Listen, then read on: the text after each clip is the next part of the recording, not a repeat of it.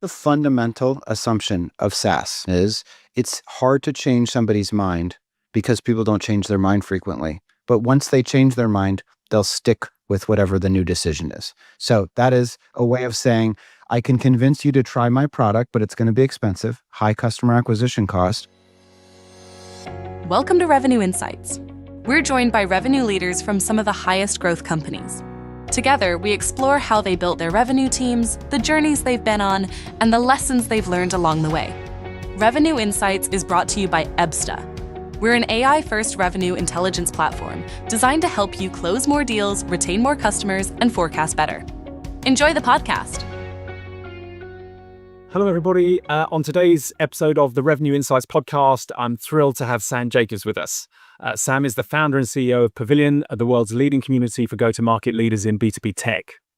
Pavilion has become the platform where over 10,000 executives come together to connect, learn, and grow.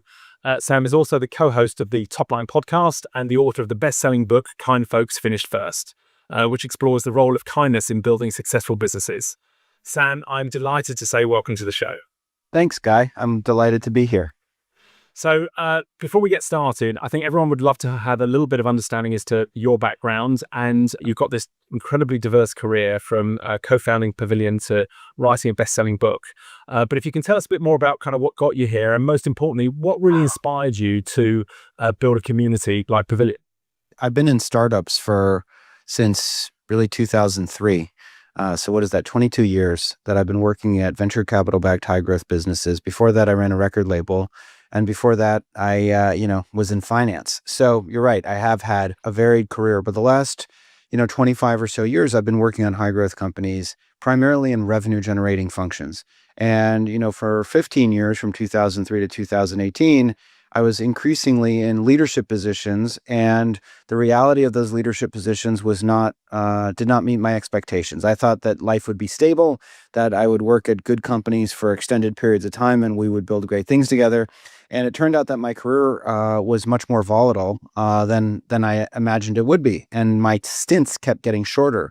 I worked the first place 7.5 years, the next place 4 years, the next place 2 years, the next place 9 months, and then 10 months. So my career was very uncertain, and partially because the jobs themselves, being a chief revenue officer, chief marketing officer, these jobs have no formal playbooks.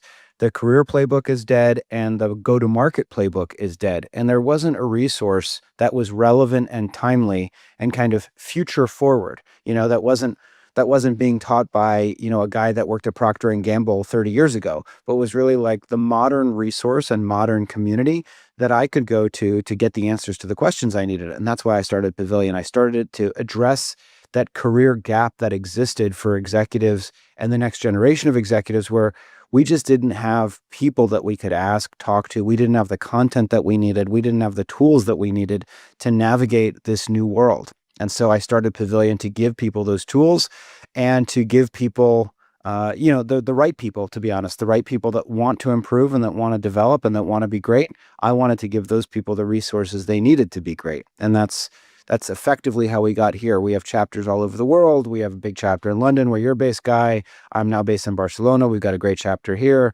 10,000 members. And the purpose of Pavilion is to equip all of these operators with the tools they need to navigate a world that has only become more volatile, more uncertain, and more dangerous in the almost 10 years since I started doing this. That's fascinating. And it's incredible what you've created in quite a short amount of time, really. When did you really start Pavilion? When did we start to see this growth? 2016, I started it in my spare time as the New York Revenue Collective. Really, the origins of it were the Brooklyn Sales Meetup when I worked at Livestream, which has since been acquired by Vimeo.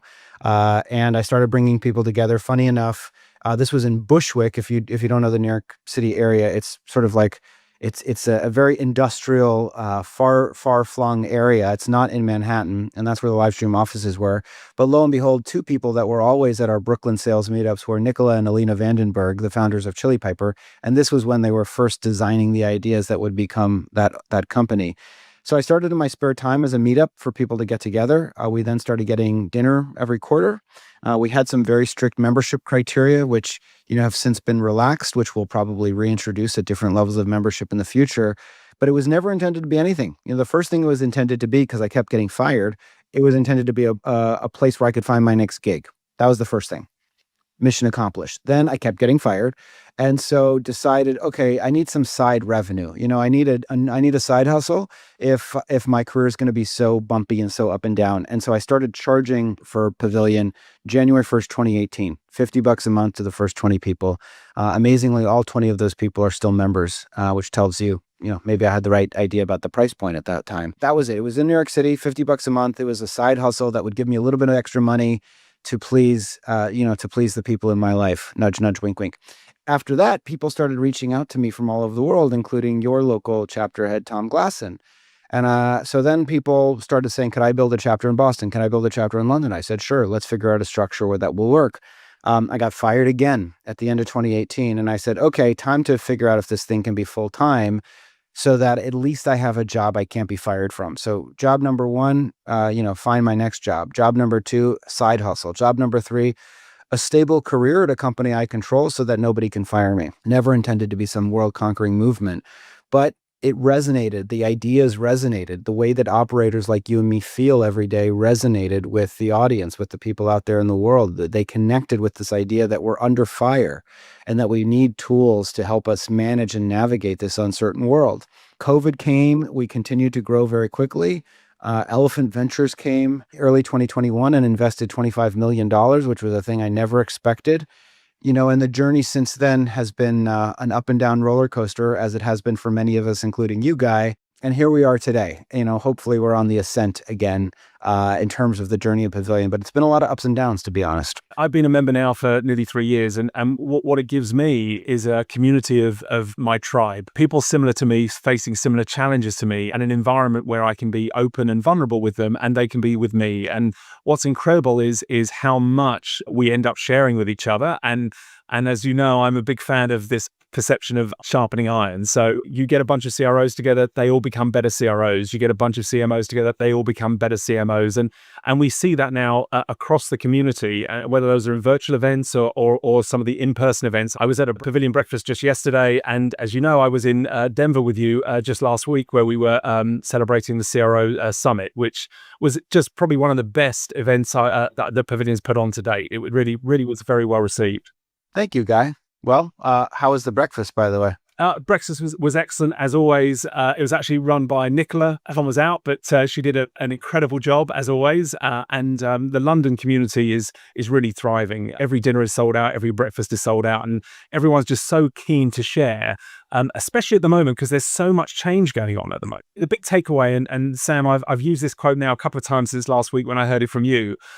We were in the room with maybe 200 CROs, all of which have got decades worth of experience. But the one thing that rung true for all of them is that no one in the room had sold in 2026.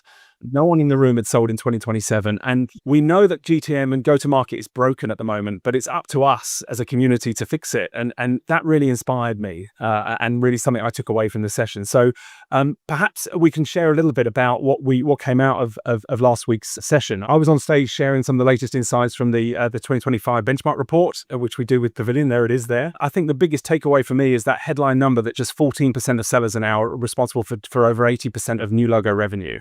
So if these things are just not sustainable. So what do you think the future of go-to-market looks like? I care about you, as you know.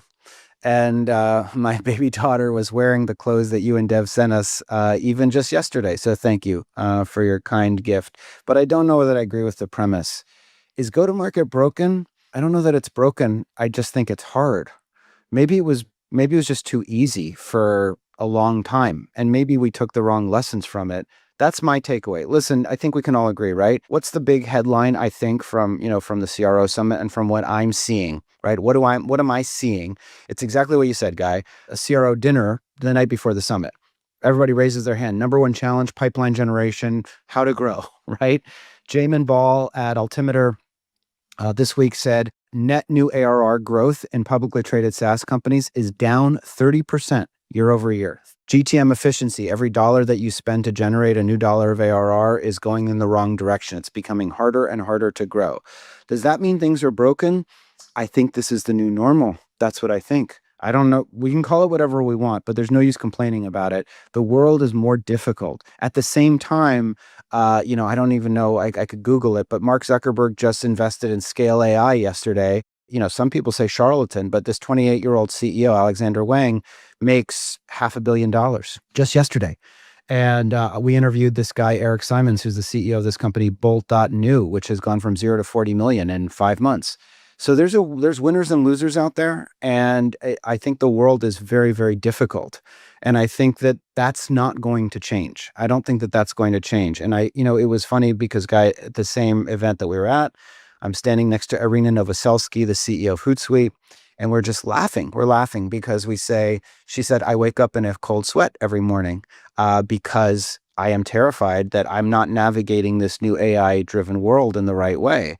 And I certainly feel like that. I don't know if you feel like that, Guy, but things are changing so rapidly. They're telling us capabilities. You then try to test those capabilities. Turns out that sometimes they work and sometimes they don't work. There's a lot of noise. There's a lot of smoke and mirrors. Figuring out signal from that noise is really hard. So that's why we exist. That's why Pavilion exists, to help people navigate this new world and to give us the tools that we need and to help us so that we all figure out the answers together. But, I don't think it's going to change. And I don't know that it's necessarily fixable. The good news is that these companies all want to grow. And the rate of company formation is only increasing. And that's probably good news for salespeople, I would think. We can say, oh, is AI going to replace all SDRs? Maybe. But there are still, I want to meet people in person and do business with them. And I think I'm not the only one. Oh, I think that's very, very valid. And everyone in the room seems up for the challenge, right?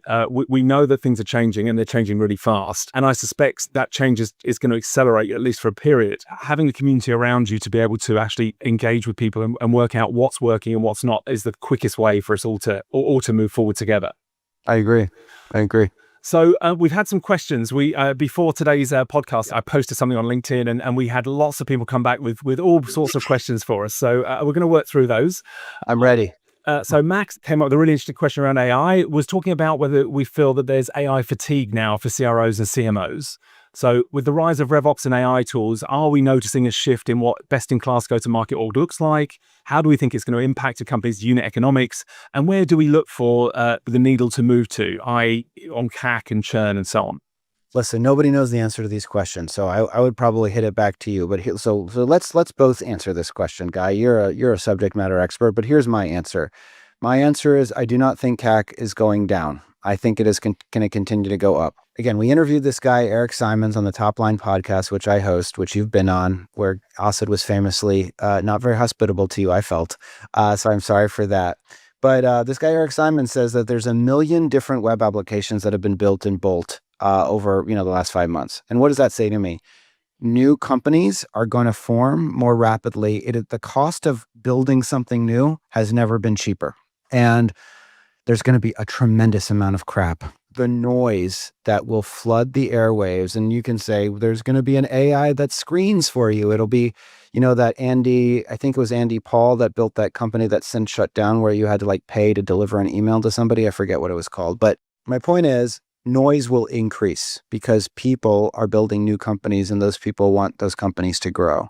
And so if noise increases and separating signal from noise is harder than ever, that tells me that customer acquisition cost will go up. So I think CAC is going to go up, and I don't think GTM efficiency is going to move in the right direction.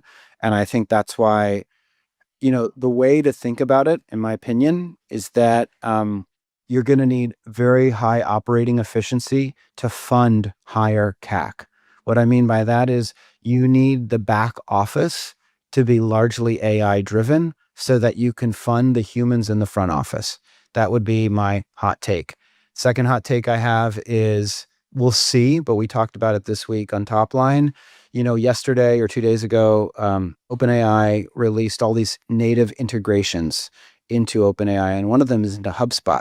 And so you're going to be able to, well, they say, we'll see if it's true, but imagine a world where you can, in ChatGPT, you can say, what is my win-loss ratio for this ICP versus that ICP? And it'll query HubSpot. I don't know if it'll be able to build a report dynamically, so I feel like it probably won't work quite as well as they sell it to us, which is, another truth of AI.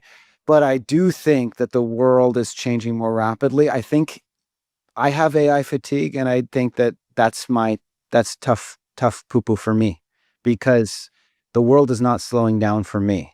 And, I have a post going out today, like, you and me, Guy, we're older at this point, and there's lots of gray in both of and the hair in our bodies. But we're competing with young people, and the rub against young people used to be they didn't want to work. Now the rub is they work too hard. Now the rub is in San Francisco and in places like London, where Manny's building his new company, people are working 12 hours a day, 7 days a week. And so that's who we're competing with. That's the degree of difficulty. So we might have, AI fatigue. That's tough on us, because that is the competition that we're faced with. And I think my takeaway is that things aren't getting easier anytime soon. I definitely buy into that. And, we started the year thinking that, 2025 was going to be a bumper year for everybody. And of course, then we hit some headwinds that, we're not going to get into today. But I think there's a number of things going on here. I agree with you. There's an insane number of point solutions out there around AI, and some of them are almost amazing. And that's the challenge, because they can be very quickly become a distraction. And even when I look at my own sales team here, the number of things that they got that buzzing away, whether it's, alerts on their phone or Slack kicking off or emails coming in, we're already distracted by far too much. I think the disciplined businesses that allow, perhaps a strategic, RevOps function to play around and investigate on some of these interesting new tools coming through, but keep the team focused on what they're there to do, I think will win. We need to find ways of using AI to remove distractions from our sales teams, not add them in. And we saw that in the data. A good quality AI-enabled AE is spending nearly half of their time talking to customers, while the average AEs are spending less than 2 hours a day. So again, finding ways of taking away admin burden, using AI to enhance their day and freeing them up. And the acid test, that the lens we should be looking through is, does this allow my sellers to spend more or less time talking to my customers and prospects?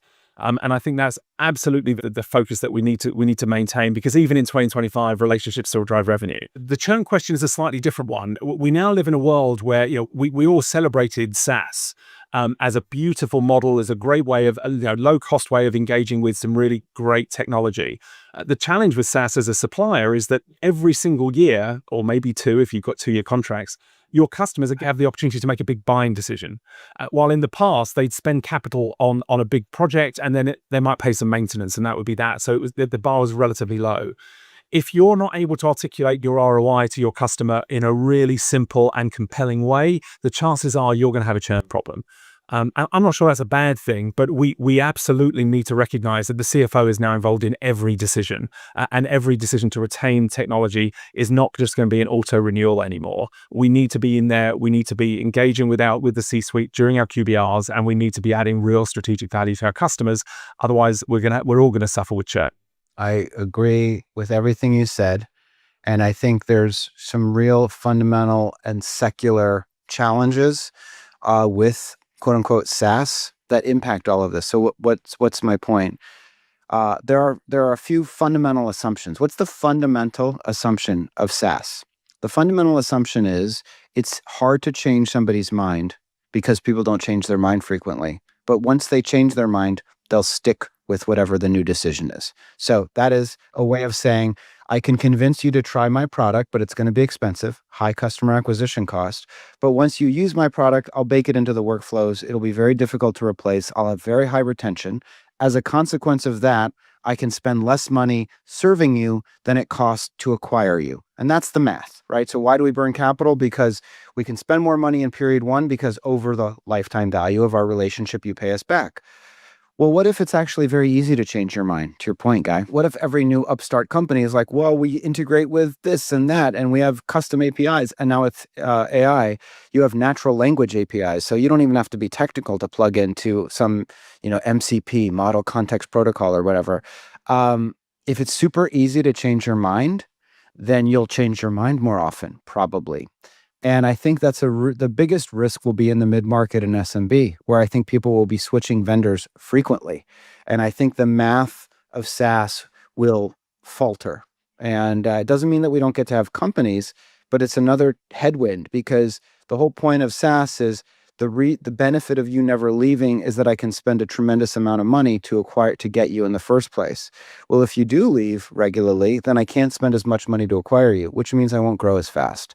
And that's why you see like this growth hitting a headwind, because all of these factors are conspiring to make the operating environment very difficult than the one that we grew up in. We grew up in a world, I'll never forget this, because it's just so funny, because, many people they think they understand business, and this is a separate talk track, but benchmarks are not understanding.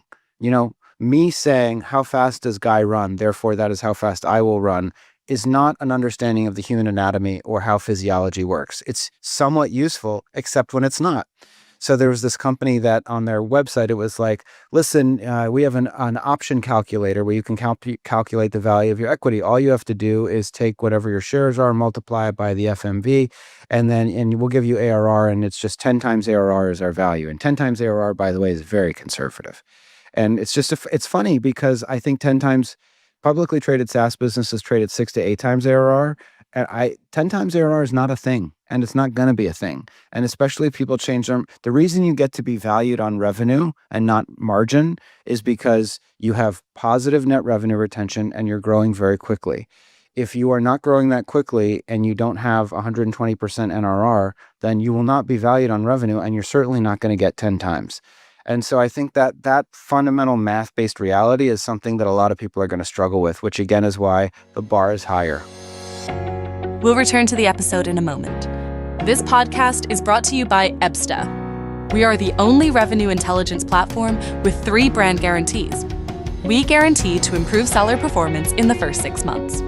We guarantee to increase forecast accuracy to plus or minus 10% inside 6 months, and we guarantee to get you live within 30 days so you can influence this quarter's number. For more information, visit ebsta.com. Now, back to revenue insights.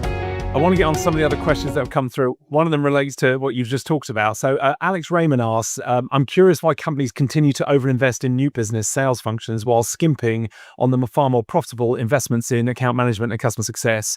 The Ebsta data shows that 52% of net new revenue last year didn't come from new logos, it came from existing customers, and new business sales is less efficient than ever. So thank you for your question, Alex. Sam, any thoughts on why do we invest so much in sales? Is it just because they got louder voices than customer success? Especially considering how much of our revenue is now so reliant on those account managers and customer success teams. What do you think, Guy? I think we're addicted to new logo revenue. I think we all think that new logo revenue is going to save the day. I think customer success and account managers aren't as loud and as demanding, perhaps, as the sales teams are. I think the biggest challenge here, this really comes down for me to the problem around CROs. I think a lot of CROs aren't actually CROs. They're really just VPs of sales. And the difference between a VP of sales that is really focused on how do I get that net new logo in and how do I make that deal as large as I possibly can versus a CRO that's looking at finding the right type of deals that maybe land is quite small but will continue to stay with us for a very long time and spend more money with us every year. And I think that strategic view on things is what will drive growth. And I think a lot of CROs don't get the opportunity to be strategic, and they get pulled far too quickly into kind of tactical deal creation and getting deals closed over the line.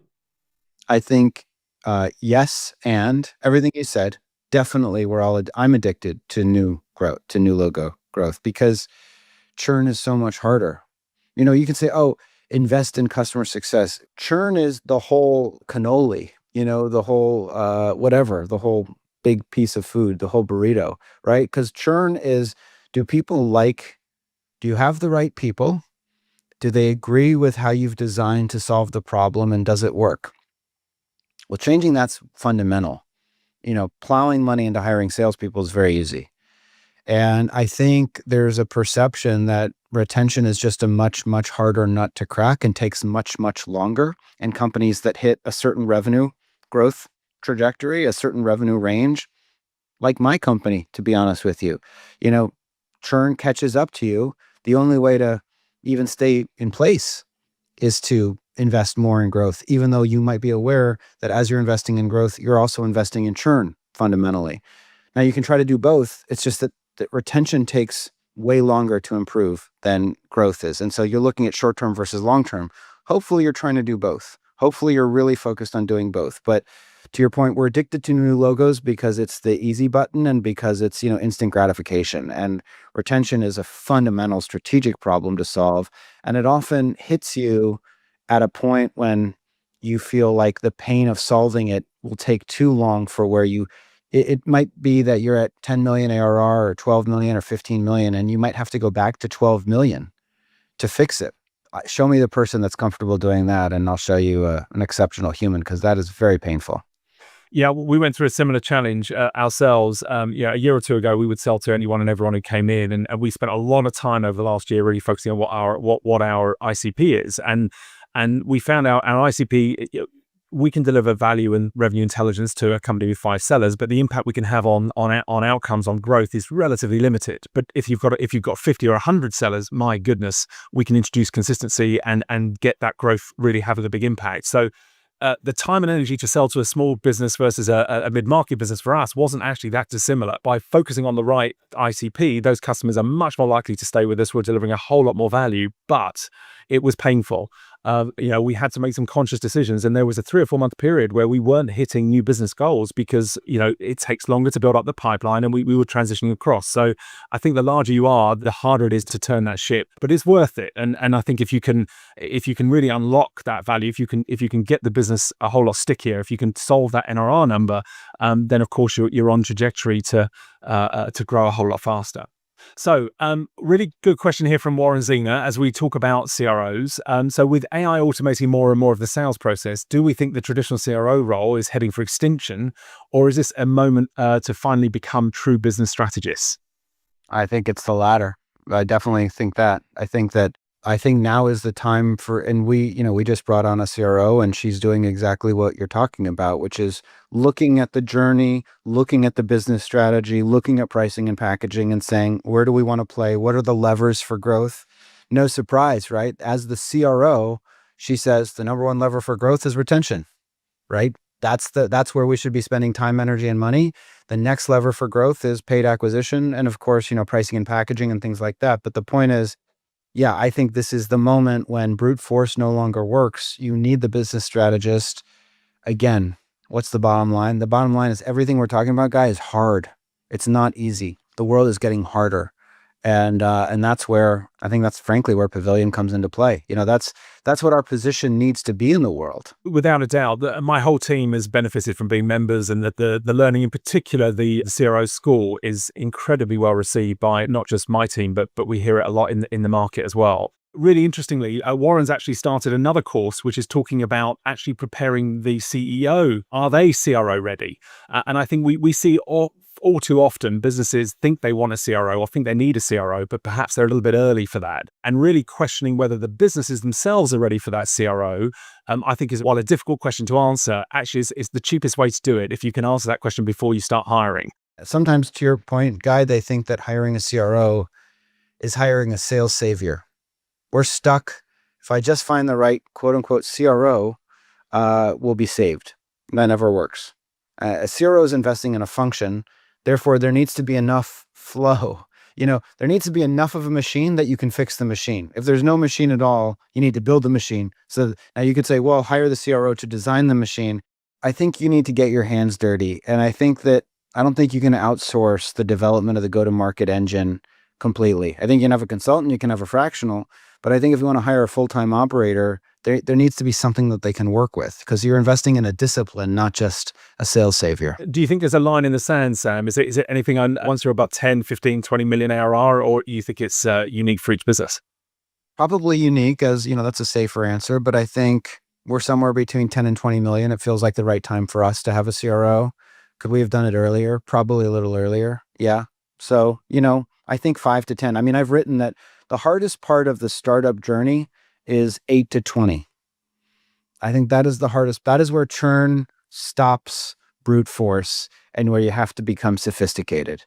And that's where the pain happens. That's when, you thought your model said you'd be at 30 million by now or 50 million, and lo and behold, you're not. I think that's the hardest part of the journey. And that's probably where you need the adults in the room. As I think, you agree with me as well, because you've brought in some great people to help you at Ebsta. I'm really blessed to have some incredible people that have joined the team over the last year to help us scale. So we've had a question from Gerard McNamara, who recently listened to your audiobook. And one concept which he wanted us to explore further is this common hour thinking. He sees it as transformational. So maybe you could explain to us what common hour thinking is. Well, this is from my coach, but I really think it's from Henry David Thoreau from Walden. So let me relate it to something that's on my mind. You know what's on my mind, Guy? Mediocrity is on my mind. And it is the definition of common hour thinking. The thing that happens when you only have B players, or when you have too many B players, the first thing that happens is that the person that's a B plus looks like a AAA all-star, right? And that's so dangerous for that B plus person, because all of a sudden they probably don't have all the answers, but we hold them up as the person that everybody should admire. But what if that person doesn't really know what they're doing and they actually need a coach or a mentor? That is a function of mediocrity persisting through the organization. The other thing that happens with mediocrity, which is common hour thinking, is you begin to lower your standards. You think, I couldn't run 10 miles an hour. People can only run 5 miles an hour. Nobody could run a 4-minute mile. That's not a thing that's possible, or a 5-minute mile. And you start propagating that idea. And then everybody else, almost like a union, says, whoa, I better not work too hard. There's only so much I can do. And so common hour thinking is just the reality that most people, you get what you expect. And if you expect average, you will get average. And if you expect greatness, you will get greatness, and you're willing to put in the work. And common hour thinking is just this idea that most people do not want greatness for themselves, and so they don't manifest it, they don't envision it, and they don't set out to achieve it. But you don't have to be that person. You don't have to be. And you can change the results, and you can change the behavior. You can be Sam Altman or Mark Zuckerberg or Guy Rubin or Sam Jacobs or Walt Whitman. You can be somebody special, and you shouldn't feel ashamed about that fact. It's taken us probably 18 months to move up a gear. I'm not saying we're all A stars here at this stage, but we certainly have moved up from one tier to the next. And while it was painful to begin with, I think the lessons learned from my side is all those people that I thought we couldn't do without. I wish they'd left earlier, right? You were about to say got rid of them. And I didn't say that. What if some of them are listening? These valuable individuals that were great for us at the time where we were, actually, by making those painful decisions, we found ourselves in a place where we had the freedom to bring in people that were at the next level up. And it's been transformational for the business. And suddenly, I'm not the only one kind of leading the charge. I'm not the only one. That is how you know. That is how you know, Guy. That's how you know. If you feel like you have to come up with every idea, that's how you know. Someone said to me, actually at a Pavilion dinner the other day, he said, if you go around your team in your mind and there's no one, and any of them that you wouldn't hire instantly back again, then they shouldn't be in the team in the first place, which I thought was a really nice acid test. So Matt Harney has said, come with a really interesting question. It's a bit of a tactical one here for CROs that are listening in. So what do you do if you're a CRO and you're given an unattainable revenue target? How do you push back on an unrealistic forecast? And how do you know if a forecast is realistic or not, especially when you're new to an organization? Well, Matt, if you're not a member of Pavilion and you haven't taken CRO school, I'm worried for you. And you're trying to run a race with your foot amputated, but I'm running the race with steroids and all the gels I need. What's my point? The way that you answer this question, which we teach in CRO school, is through math. That's the point.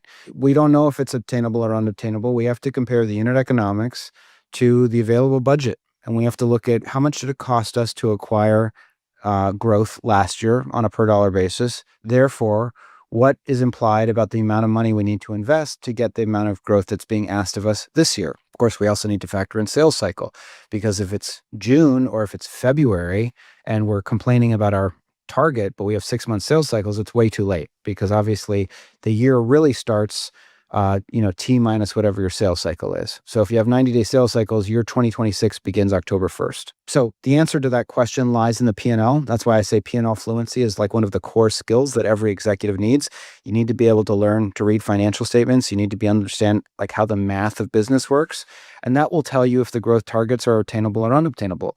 But your emotional reaction will not be helpful. And in fact, as CEOs, Guy and I can tell you that, we don't respond super well to emotional appeals. What we respond to is math-based and logical appeals. And, the thing I coach people on is this concept of inception. You have to make us believe it was our idea because we're not people that like to share ideas that well. And so what you have to say is, here's the numbers, here's the data, here's the relationships that I'm looking. You tell me what I'm missing. You tell me if I'm not seeing something. I'm operating in the real world. This is how gravity works. If you have a different gravity, holla at your boy. Let me know. But otherwise, we're gonna, let's work on physics. And I think that's the way to do it. Make it objective, make it computational and quantitative. That's the way to do it. I love that. Yeah. And look, again, I mentioned earlier this shift that we made slightly more upmarket last year. And I pushed back a lot on the CRO we have, and they kept focused. They showed me the data. And even kind of 3 months in, when pipe was growing, but we weren't getting the new business in, and I kept pushing back, we stuck to the plan because it was data driven. And now we're seeing, we grew 25% in the last quarter. So, the numbers are coming in. Let's go. That's great. Right. So last question from the audience. I'm gonna raise a chap called Michael Ocean has raised a question to say he recently saw Jason Lemkin and Carl Norton talk about shifting to a 50-50 AI human sales org. At what point does an AI strategy shift from enablement to reduction? And how should CROs navigate that pivot without losing the culture and cohesion that made the team successful in the first place? I don't know, Mr. Ocean. How the hell am I supposed to know? This is the point. The way to answer this question, go to the breakfast that Guy went to yesterday, get in a room through Pavilion with 5 to 10 other CROs and ask them, wow, the way to do it is with grace.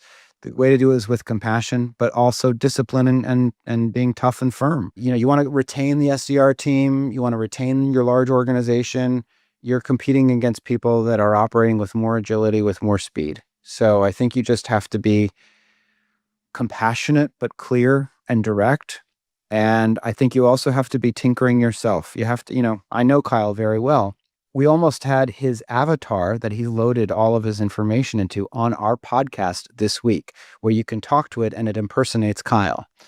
He is somebody that's programming things all the time. I think you have to be somewhat technical so that you can be conversant in what's happening with AI. And then you just have to understand that, the world is difficult. Try to lead with compassion. And, to the point, like one of the ways that you can increase that quota, that percentage of people that deliver all the revenue is to have only great people. And that's going to be, that is a tough transition for a lot of people. So I have empathy for everybody out there. I agree with everything you said. This time last year, there was the push was all around how do we get our B players to act more like A players? Now what I'm seeing is a completely different scenario where actually we just don't need the B players anymore. And what we need to do is just make our A players as productive as they possibly can be. And when we live in a world where half of deals close without a decision and then half of the balance are closing lost, we've got 3/4 of the deals that we're working on are not ending in a positive outcome. And we spend twice as much time on deals that close lost as we do with deals that close won.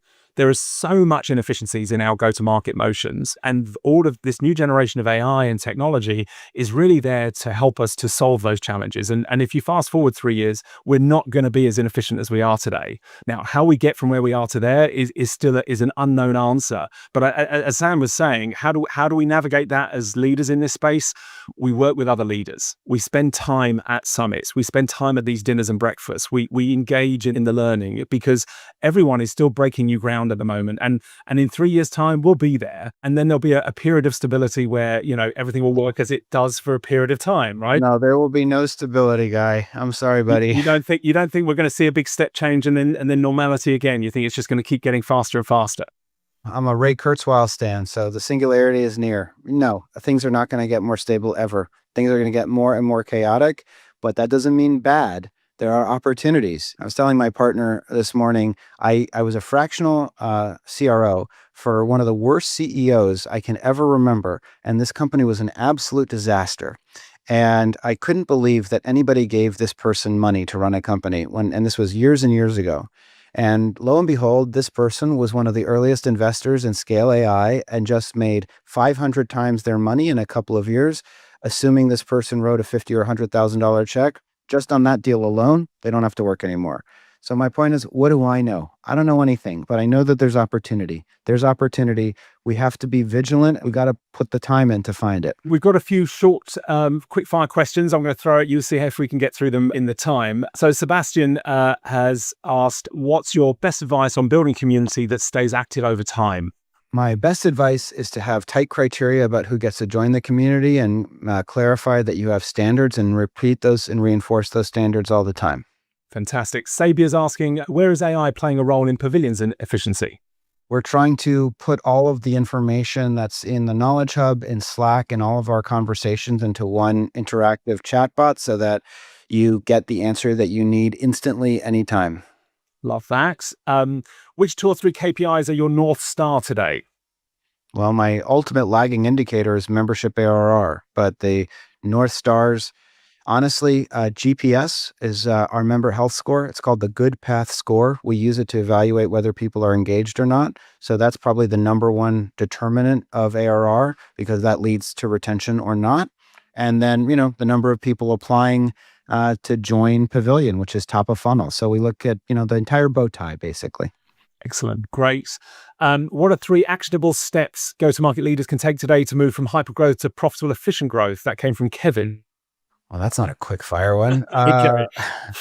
Part ways with your underperformers, develop a weekly develop P&L fluency across the organization so that you understand what efficiency means and what it looks like, and starve your unproductive channels and double down on your productive channels. Love it. Well done. One more question from Graham. Why do we think that CROs are only lasting 18 months? Do we think they jump or are they pushed? I think they're lasting shorter than 18 months. I took a look at the average days in role of the people that follow me on LinkedIn. I filtered by executives in sales and marketing, and on average, they've been in their job 15 months. So I think 18 months is over. I think it's getting shorter. I think the world is very hard. I think mostly the companies outgrow their ability to add value. Sam, thank you so much for joining us today. Thanks for having me. We covered a lot of ground. We sure did. And if someone wants to get hold of you, wants to engage with you directly, or wants to find out more about Pavilion, where do they go? They go to joinpavilion.com. We'd love to have you enroll. We're launching a new Pavilion Gold membership tier for operators from really 100 million in ARR all the way up to a couple billion. That is the elite, the best of the best. If you're interested in learning about that, you can email me, sam@joinpavilion.com. Otherwise, I'll hope to see you at GTM, our annual conference in Washington, D.C. on September 24th. Yeah, I'm looking forward to that. We've got some brand new insights coming. We're launching our H1 updates to the B2B benchmark report at GTM in September. So looking forward to being there. And thank you so much for joining us, Sam. Thanks for having me, Guy. Thanks for listening to Revenue Insights from Ebsta. If you want to learn more from some of the brightest minds on how to predictably and efficiently grow revenue, then subscribe to our newsletter. We'll deliver actionable insights straight to your inbox. Go to ebsta.com/newsletter. See you soon.